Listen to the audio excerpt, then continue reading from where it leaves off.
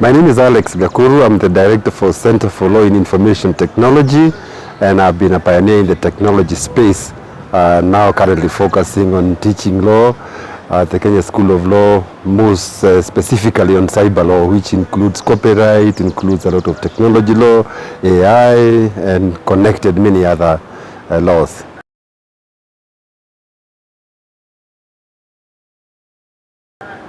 Yes, I think this was a long overdue workshop and training. First of all, I see it as a sensitization because the industry has been grappling, or the sector has been grappling with how to deal with the AI. And I want to also recognize that it's not just the sector. Indeed, the entire country, the continent, and the world is right now undergoing tremendous change and challenges of understanding how to deal with this new AI because of its far-reaching implications on literally every aspect of society. All of them, from security, from intellectual property, from creativity, you name it, and business, and many other issues that are also soft. So even at the UN, UNESCO, everybody is trying to look at it. The European Union and all countries of the world are having the AI race. So it's important that our people are anchored on this conversation, because like we said during the training, if we are not at the table discussing the issue, then we are going to be on the table. We'll be the menu being served.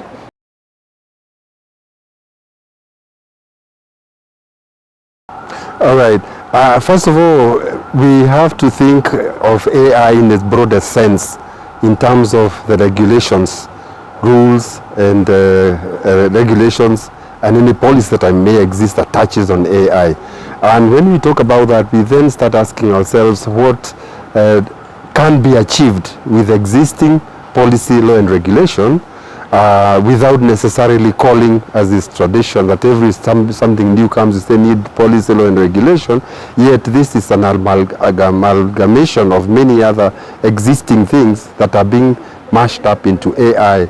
Then we can start dealing with them that way. So I would first of all want to say, before I go specifically to the one that's on the creative sector, that there are certain aspects of AI that could still be regulated with existing legal frameworks. And this is a path countries like Australia have adopted.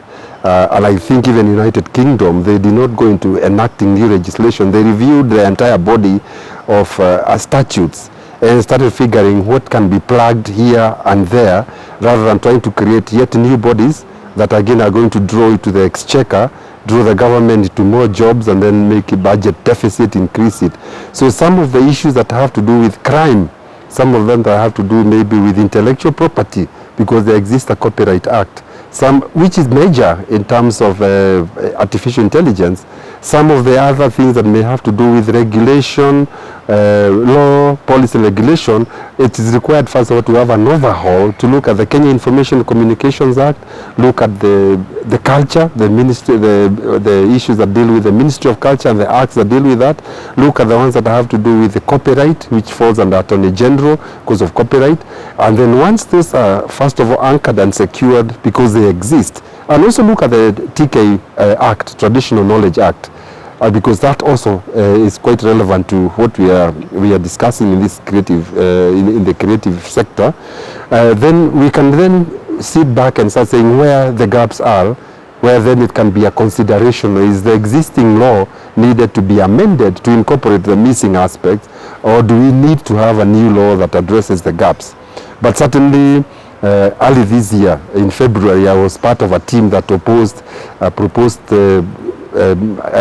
robotics and artificial intelligence bill, which was quite frankly ridiculous bill that was just creating a society and had nothing to do with artificial intelligence, nor dealing with the issues that are pertinent not only to this sector but the broader sense of AI, other than creating a new body to tax Kenyans more and do nothing towards addressing the issues. So we would then look at it that way, look for proposals that could be taken to policymakers, legislators, and with that we support it, and look for other aligned parties in this area of artificial intelligence in the broadest sectors, and in specifically more on creative industries, local creative industries.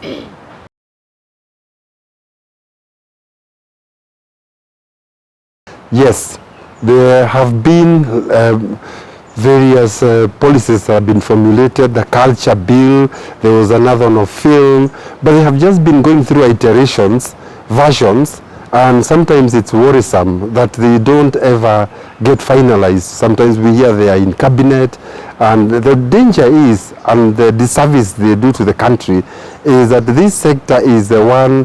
For example, when there was economic downturn, global, in the last economic downturn, it grew by huge percentages all over in UK and in America and other places, simply because this is also the one that's of entertainment. Even during COVID, people still need this entertainment, and so production, cultural productions will never go down.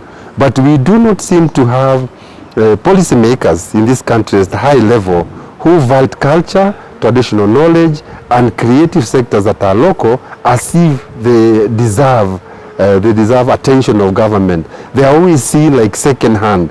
Even from the history of it, the ministers used to be old people who think a Masai jumping, that is culture, that's tradition, we wear traditional clothes. Maybe if I wear a shirt like this, I'm taken to be very cultural fit, but you lose out on the big picture of how this not only means much economically, but why it's also very fundamental, because Article 11 talks of culture being the foundation of the country.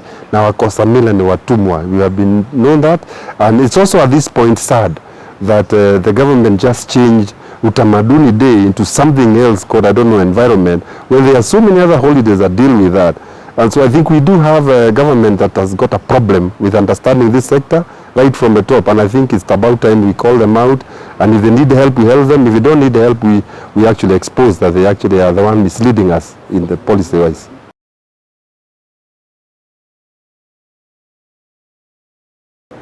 The history of what we have been having is Kenya trying to pick so-called model regulations for other jurisdictions, and it's been a tradition and a culture which I think we need to deviate from, for the purposes that the people that draft a law or a policy or a regulation, they do it because of their self-interest, their commercial, national interests, their industries, their local industries. Talk of the French when they talk of local content on their broadcast, is because they want the French language to be maintained, not to die out because it's been swallowed by English.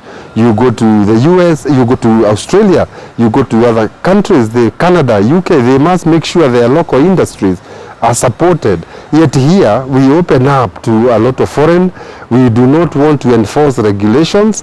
We are taking the easy way out. And again, like I said earlier, is because the top policy makers don't understand, or don't want to understand, or just don't care about this. And I think the disservice they do is not only do they frustrate the constitutional aspirations, but they are also denying our people opportunities in the cultural and creative industries, opportunity to prosper. And they should not be seen like when you engage in this sector, you are just joking because you are just going on a stage, and having, plays or music as it used to look before. This is huge, and it's one of the biggest things. And I think a good example is Bob Marley. He was the biggest export for Jamaica when he was alive. So you can actually see if a man could be the biggest income earner for a country, why don't we have some here in Kenya who are actually the biggest exporter for Kenya in Africa and the world? So they need to change their attitude.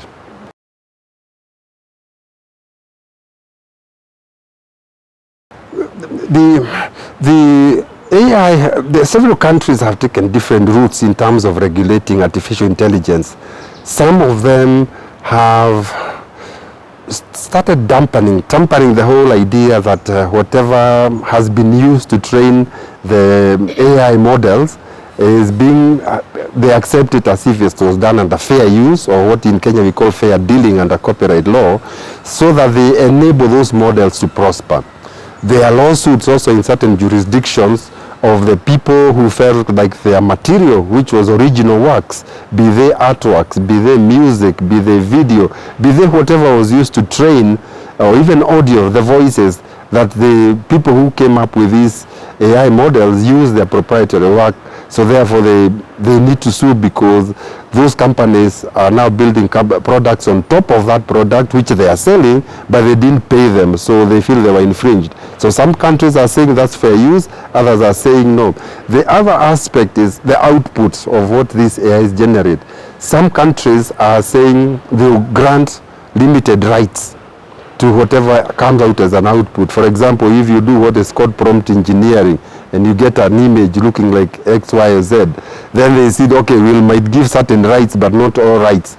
Others say that if you write a book, like a case that recently happened in the US, where a lady just published a book and she was testing the limit of AI as to on copyright. So again, the US Copyright Office was just playing a ping pong game. They would agree, they would refuse, and finally they say they are copyrighting, they have granted a copyright for the arrangement but not the words. So the world is grappling with how to deal with AI, and US is a good example.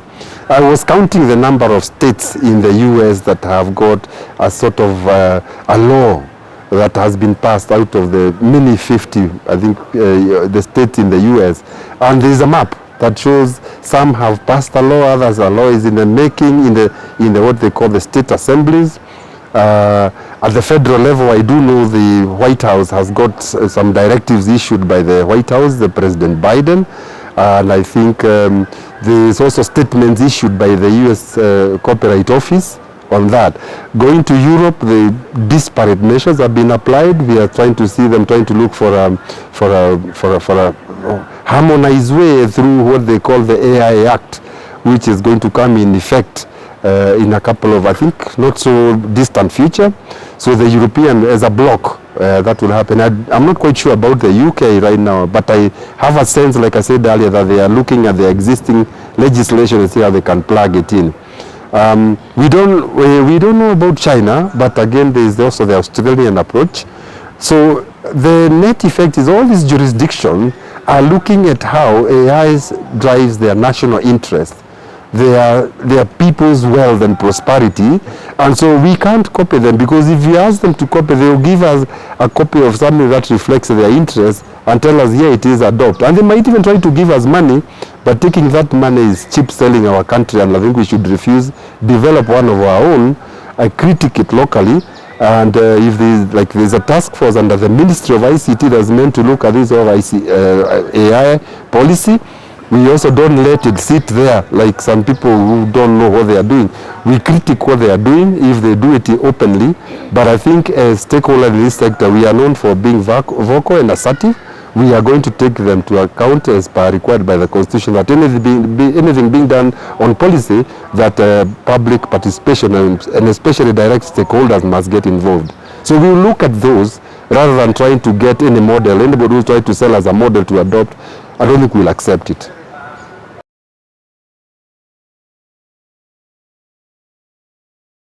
Yes, if civil society, non-state actors, like the members of CUG, Creative Economy Working Group, do not take their role at this conversation, then they are going to be the people who are going to be there on the table. So it's imperative, especially being the key stakeholders, because matters copyright and creativity, innovation, they are the ones that are affected the most. They are the stakeholders directly affected. They must be at the top of it. You leave this to government, and we all know how government works. The government usually just deals with the problems and wants to look for the easy way out of every problem, and so it does that because that's the best way to solve politically. But if you leave that to corporations who are big on AI, they are not Kenyan, and so the representation of their interests, because AI actors in Kenya is a nascent industry when you look at the tech. So we don't think when you talk of private sector, we are talking of local companies. So the interests are not Kenyan interests. So perhaps we could say the local innovators, who then fall under Creative Economy Working Group because they are part of local creative industries. And we have some of them in this group, and we are reaching out to more to join us so that we work as a team that people we work with the technical people, and we have the people who produce the content, the direct stakeholders. So in fact, the only person missing there will be government, because the other ones are foreign companies, and according to Kenyan laws, foreign companies can't form laws in Kenya. So I think probably will be enough if we get enough Kenyan techies and the civil society. We have government, and then the other companies can just be telling us on the sidelines. We can listen to them, but certainly they are not the one to tell us, just like foreign governments cannot tell us to adopt the AI laws in Kenya.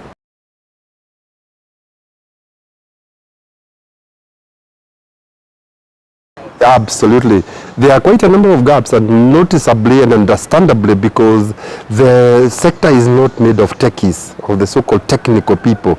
A vast majority of them are people who are involved, for example, in film. They're involved in art. They're involved in cinema. They're involved in authoring books.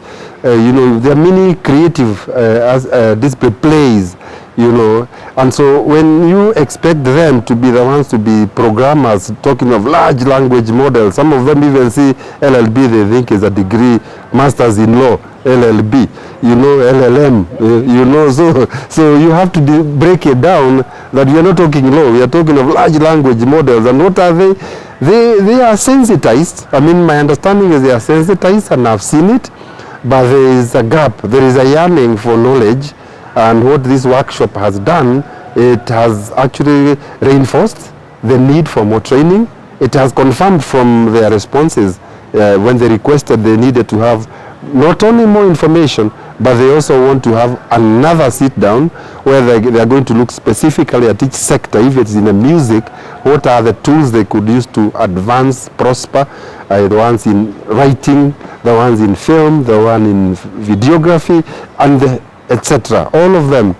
And so I think the gaps are in terms of knowledge sharing, but one of the things that QGS excels in is being multi-institutional, of people or in the same space of creative innovation and local cultural industries, is bringing these people together and having conversation in an open environment and sharing, because everybody does here is volunteerism, and they come in and bring in ideas and enrich the conversation. So it serves the sector well when we have these groups coming together and discuss it to address the specific gaps. But certainly the need explains the gap that do exist right now.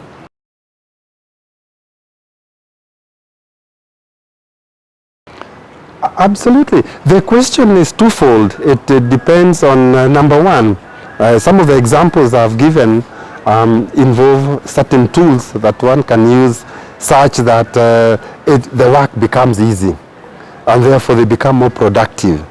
But the problem is we also have to ensure they don't lose on the creative side of it. We do not want them to undergo what is so-called creative surrender, where they lose on their African, their local creative expression to the almighty AI.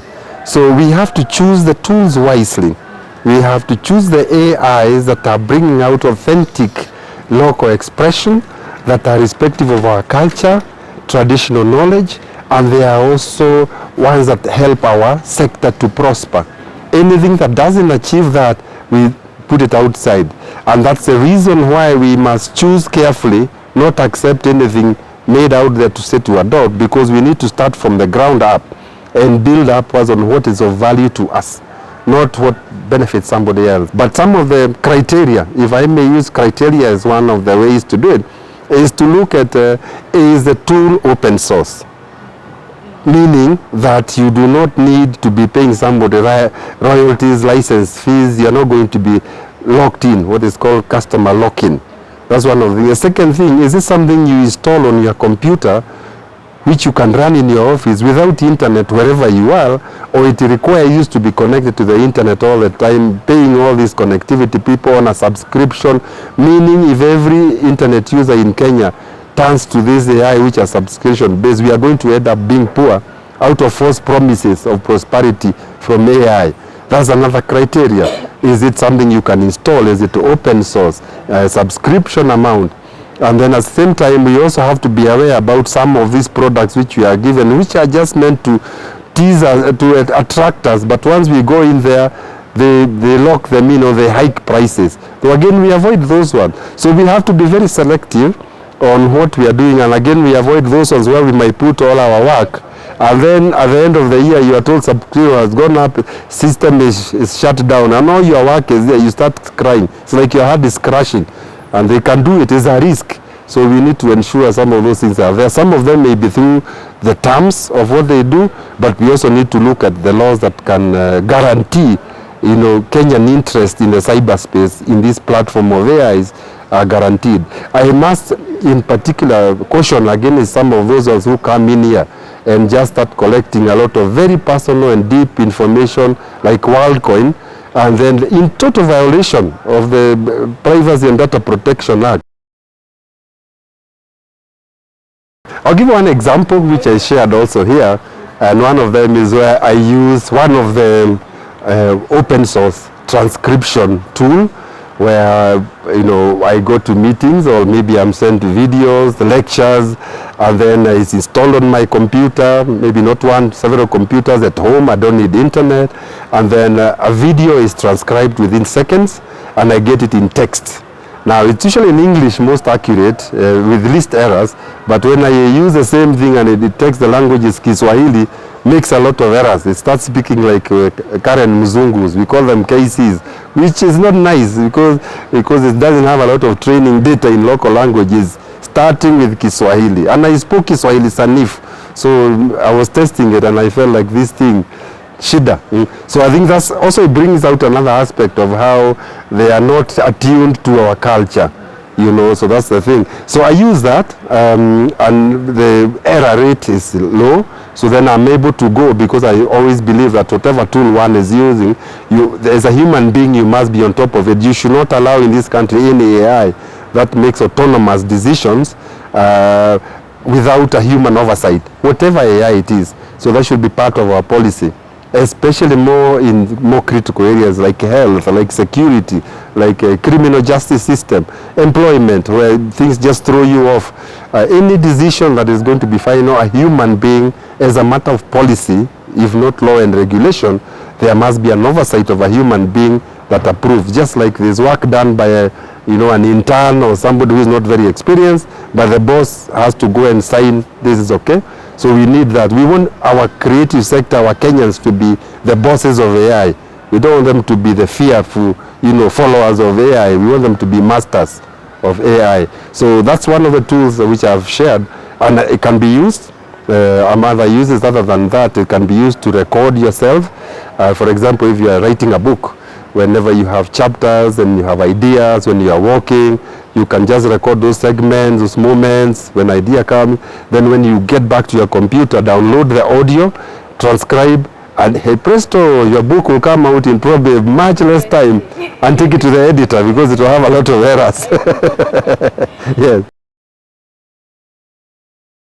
The one thing I could add is that I'm delighted to be aware that our Member of Parliament, the Chair of the Communication, Information and Innovation, Honorable Kerry, John Kerry, KJ, has a keen interest on the implication of artificial intelligence on culture and traditional knowledge.